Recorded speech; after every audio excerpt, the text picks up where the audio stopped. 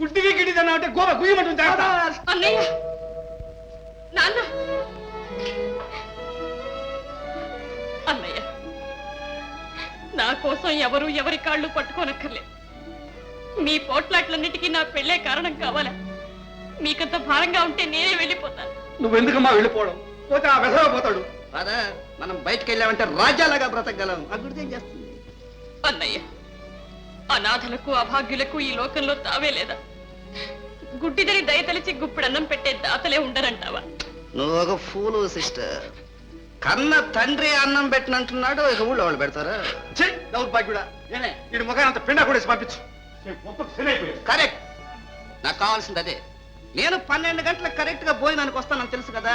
11:55 ఆకేసి వడ్డీ చుట్టి రవసంత ఎందుకు వచ్చేది? మదా నీగడ పెరుగుందా? పద పెడుతు. ఇది ఒక్కడి తక్కువ అయింది వీడి బతుక్కి. అంత పచ్చడి మీద వేసి పంపిస్తావే. జయ, వెళ్తున్నానే కానీ అన్నయ్య ఆరోగ్యాన్ని గురించే నాకు ఆందోళనగా ఉంది. నువ్వైనా కాస్త జాగ్రత్తగా చూసుకోమ్మా. అప్పుడప్పుడు ఉత్తరాలు రాస్తూ ఉండు. బండి టైం అయిపోయింది, త్వరగా రారా.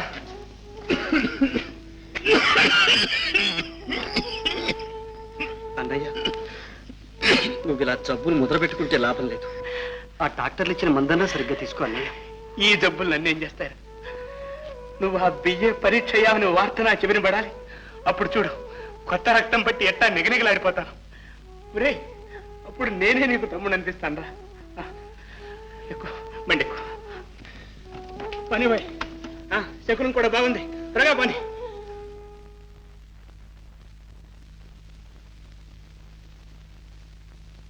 చూసారా ఆనందరావు గారు, చింతలపల్లి మర్డర్ కేసు ముద్దాయి సుబ్రహ్మణ్యం భార్య పిల్లలు. టైం ఎంత అయింది? 5 నిమిషాలు అయింది. ఈ లాయర్ ఆంధ్రరావు 5 దాటితే ఒక్క నిమిషం కూడా కోర్టు విషయాలు మాట్లాడు. నీకు కావాల్సిన సినిమా విషయాలు, క్రికెట్ మ్యాచ్ గురించి అడుగు చెప్తాను. నీ కోర్టు అనుమానాలని మళ్ళీ కోర్టు టైంలో అడగాల్సింది.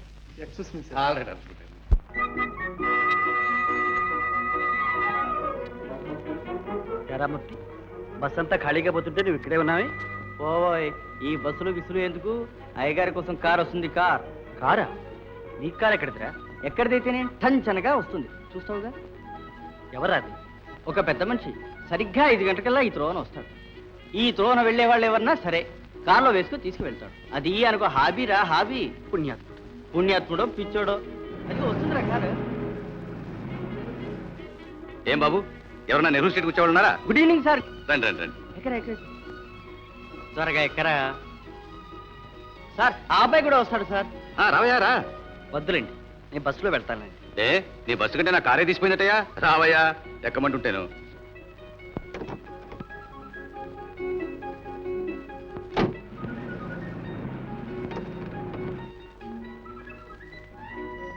వస్తాను సార్, థ్యాంక్ యూ.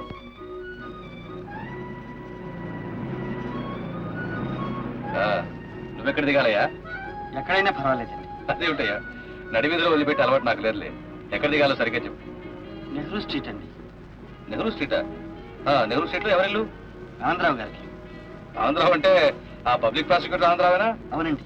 వారు మీకు తెలుసా అండి? తెలియకపోవడం ఏంటయ్యా, నేను వకీల్లేగా. ఆయనతో ఏమిటి నీకు పని?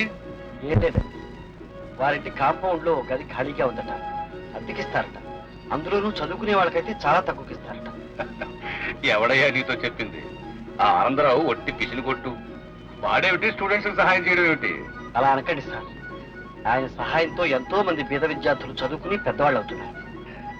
ఏం బాబు, నీకు హాస్టల్లో రూమ్ దొరకలేదా? నిన్నటిదాకా హాస్టల్లోనే ఉన్నానండి, ఇప్పుడు ఖాళీ చేద్దామని. అక్కడ ఏమన్నా కాస్త అలర్చిల్లరుగా? అబ్బాబే, అదేం లేదండి. హాస్టల్లో ఖర్చు ఎక్కువ అవుతుంది. మేము పేదవాళ్ళు.